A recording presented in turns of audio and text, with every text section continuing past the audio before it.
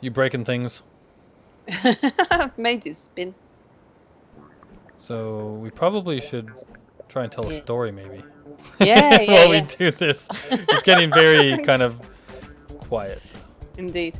Well, what I'll do now is because I'm going to connect the two wheel wells together to sort of make almost like a platformy type thing, so that there won't be a gap here.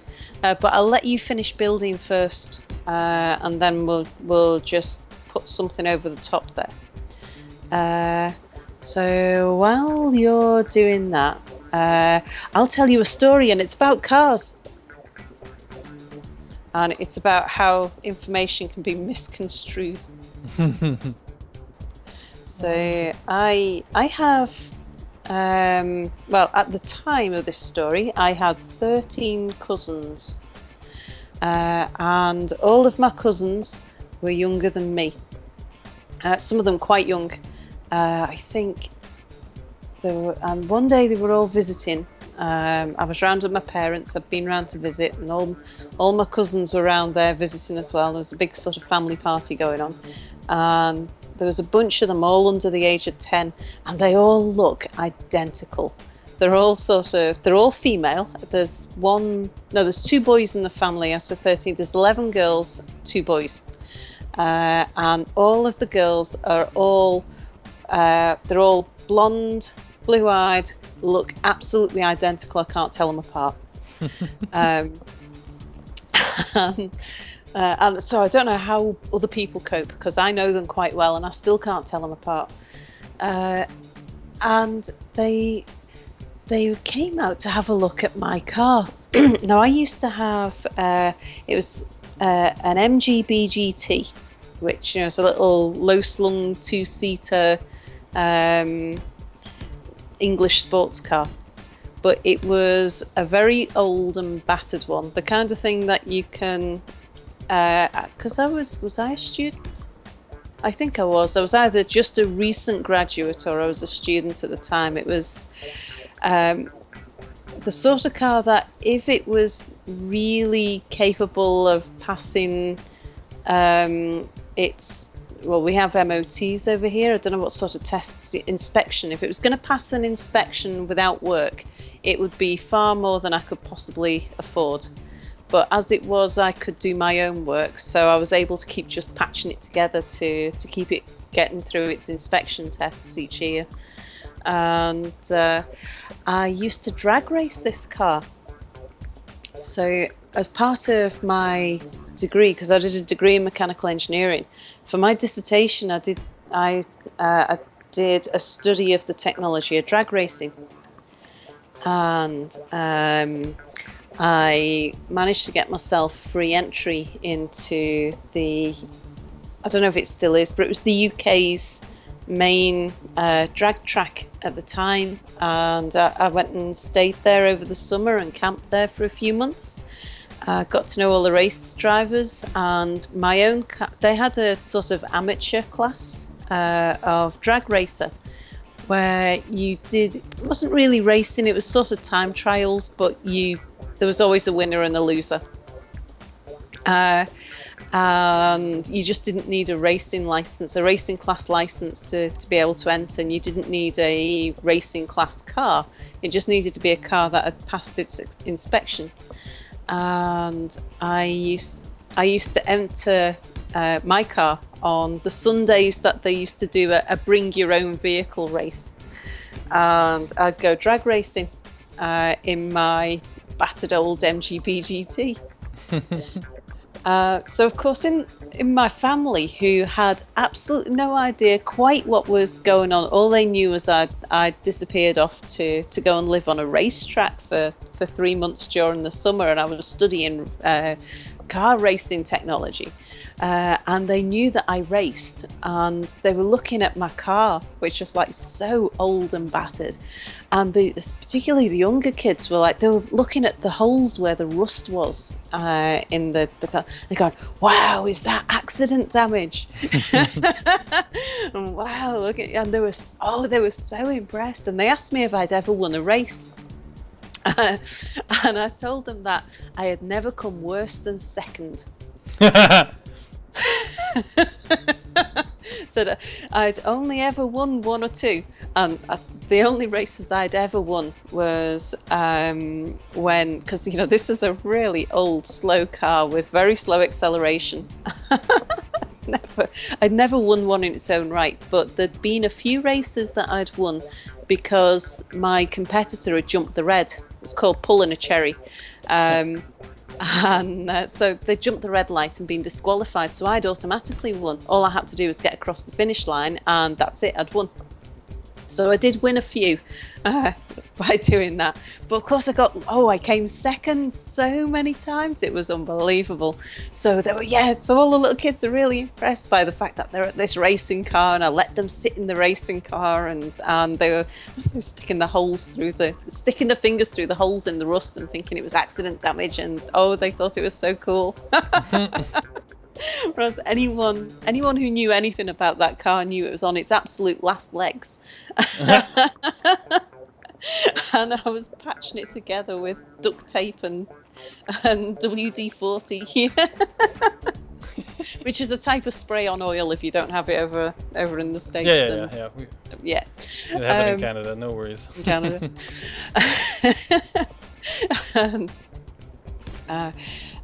And I actually learned a really important life lesson while I was drag racing, which I've taken into the rest of my career with me, and I've been training all the guys who work for me.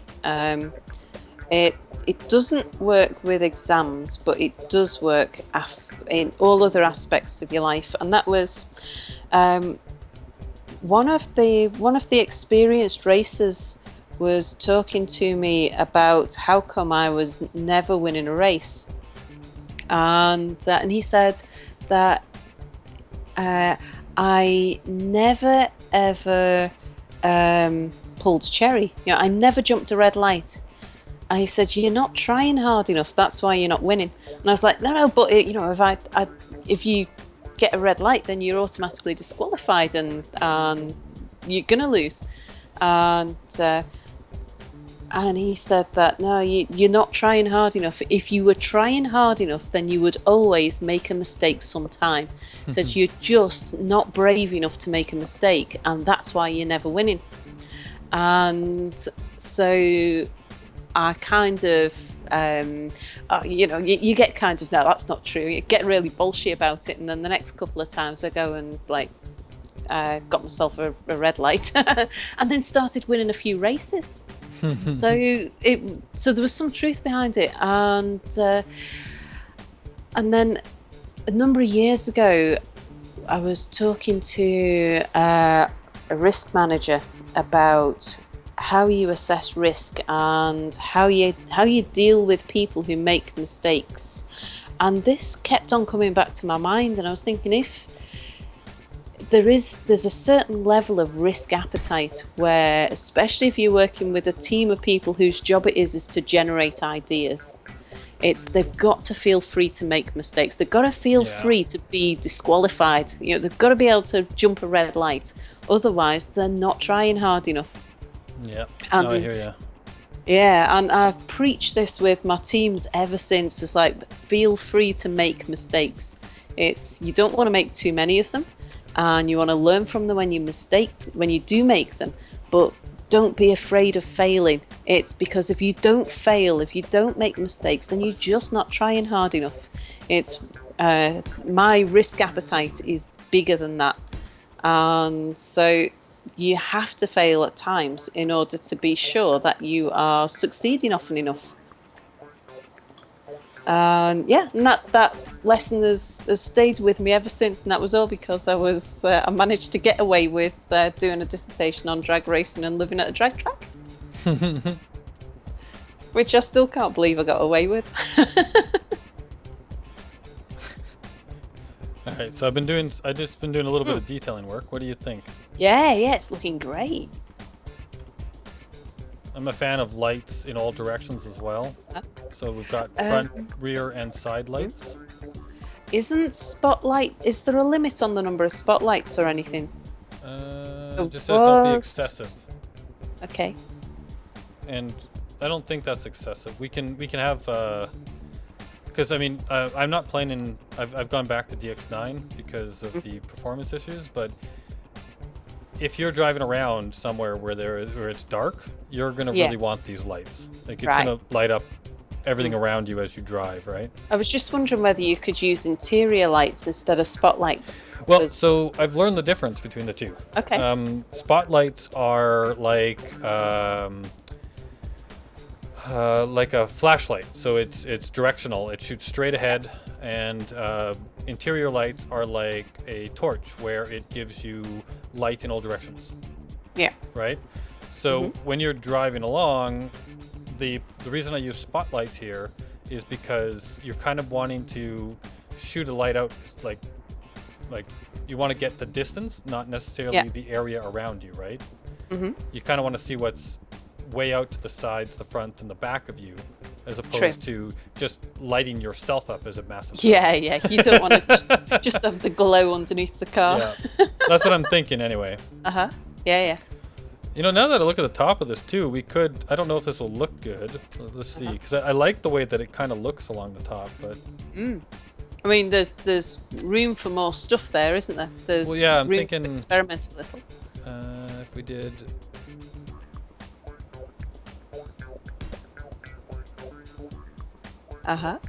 Right, gives it more power.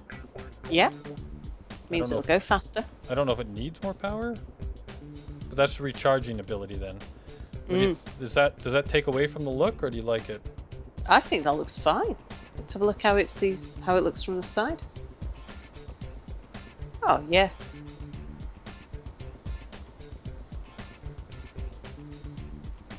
So the only other thing that I thought of is as well though is, and I don't know if it would be required, but actually throwing some thrusters on as well for a bit of a boost. Yeah, like maybe just in the rear, have a couple of thrusters that you could use as a boost.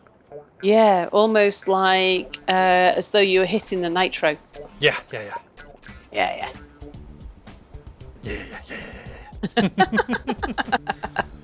So like if we go now, I want to put them here.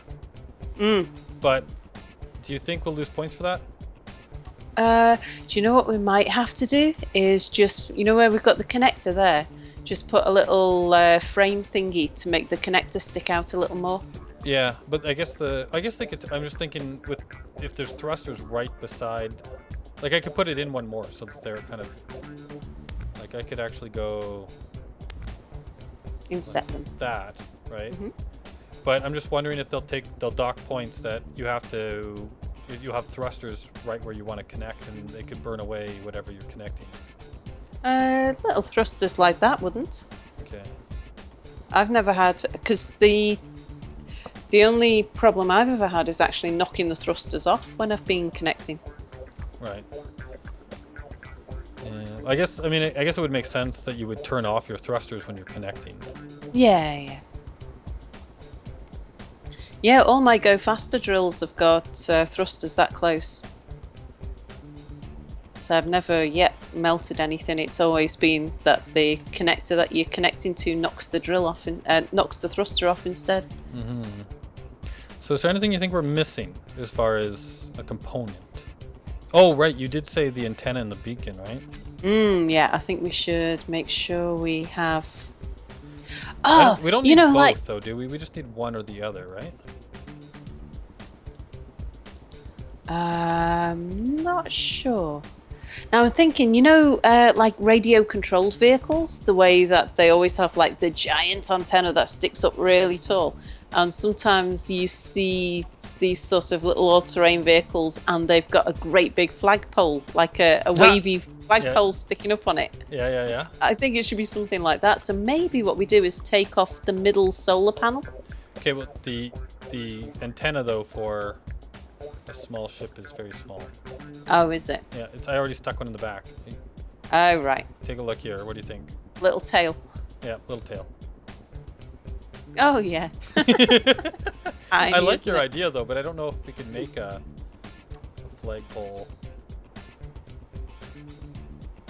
Well, I guess we could maybe do. Oh, we're not allowed to use interior blocks, though, are we? No, no, we're not. Because I was thinking, like, actually something like this. Oop. Oh, you can't even use an interior pillar on a small ship. Never mind. I was gonna put a pillar on and then make, you know what I mean? Like, make it look kind of like a flag. Yeah. But that's not going to work. All right, so It's we've got not an just that you antenna can't on place it on the solar panel, is it? No, it said not available for a small ship. Oh right, okay. Yeah, interior pillar not available for a small ship. So it's got an antenna. The only thing else I could think of is, I don't know if it would. It's kind of like it gives you options, and I don't know if they'll dock us for just throwing on everything in the kitchen sink, but we could do something like. Oh, turn off you. Put a remote control block right there on the front as well, so that if you needed to, you could remote it home, right? If it was a long way away. If it was lost somewhere. Yep. Because it's got an antenna, so you could actually remote control it. So we get bonus points for clean controls, properly named things, hotkeys with a purpose, buttons that perform actions like switching on lights. The inventory needs to be empty, and it can't be owned. Okay, so there's nothing else that, I don't know. I'm looking at the G menu now. Like there's, this is not meant. Again, we could throw everything on there in the kitchen sink. Yeah. We could throw an ore detector on there so that. Do you know, that's exactly what I was thinking. It's like, actually, because that's why you might be out there with an all-terrain vehicle, is because you want to detect ore. So if we do maybe something like this, that sticks out too much. So if I go one more, please don't be bad. Okay, there we go. Yeah. Sticking in an ore detector, so you can actually be out looking around, finding things, and if bad guys show up, you can shoot them. Yeah. And if bad guys show up and they shoot you, then you have a remote control block so you can get it home. Oh, you know why you have the guns though? It's not so much about bad guys. It's not about the creatures and stuff. It's so that you can blast your way through rocks. Oh, well then they should be rocket launchers. Oh yeah. Are they about the same size?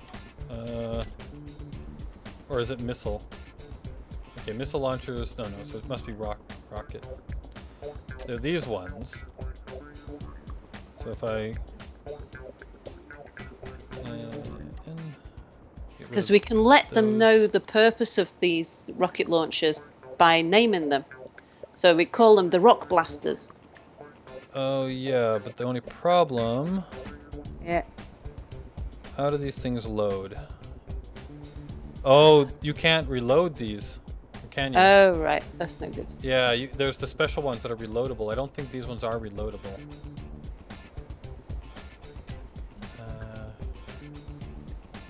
Yeah, there's these reloadable rocket launchers, but they're a lot bigger. Ah.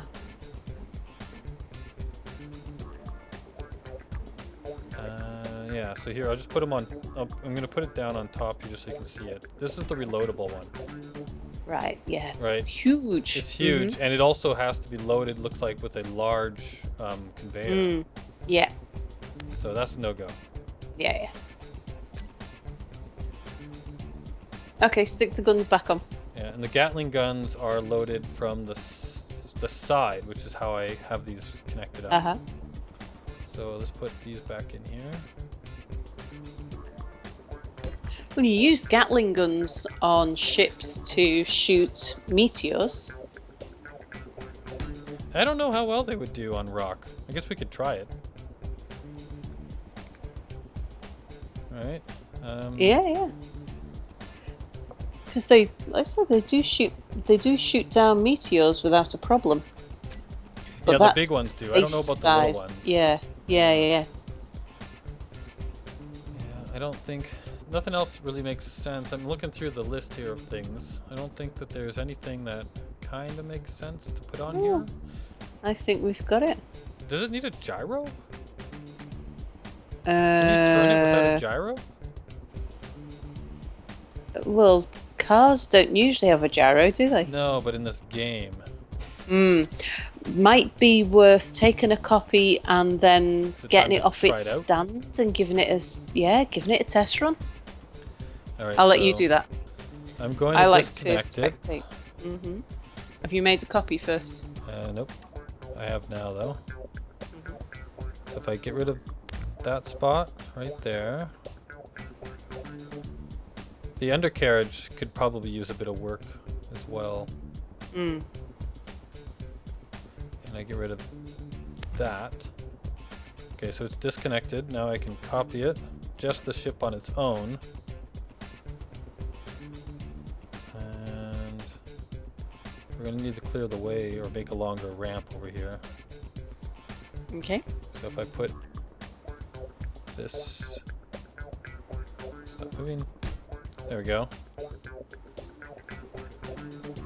Here's our little rover. Cool. Let's see what happens if I get into this. Yeah, I'm gonna copy this again. If I get into this and I turn on the mass. Okay. And we're gonna have to name this.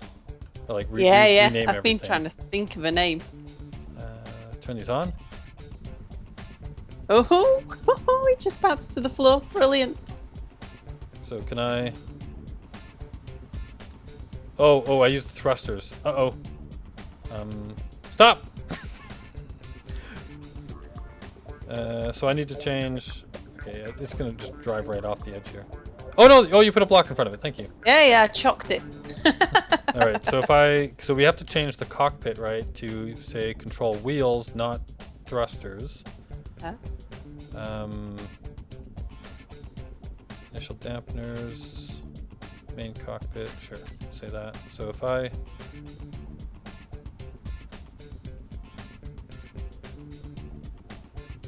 how do I turn?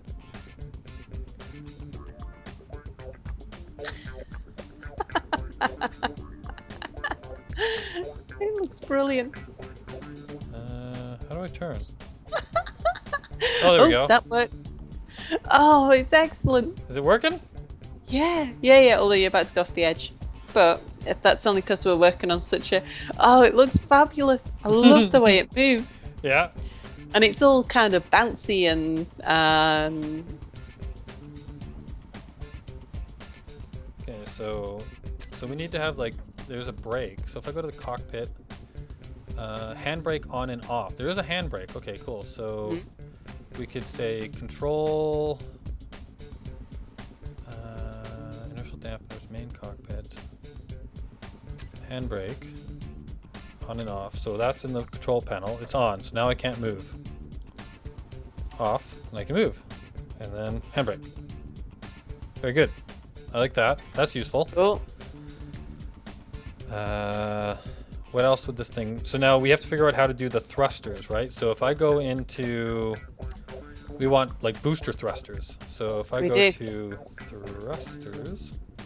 Have you got a timer block on there? No. What were you thinking about with the timer block? I was thinking that with the thrusters, what you might want it to do is to just give you a quick boost. So you hit a button and the thrusters come on for a second and then switch themselves off again. Oh, look at you thinking. I don't really know why. So if we turn these, so if I say the boosters, I make a group out of them. So if I go thrusters, booster, save. There are two O's in booster, right? Say again? There's two O's in booster? Yeah. Okay, good. All right, so if we take these thrusters, so we say that they're off, and I have thrust override to be full 12 kilonewtons.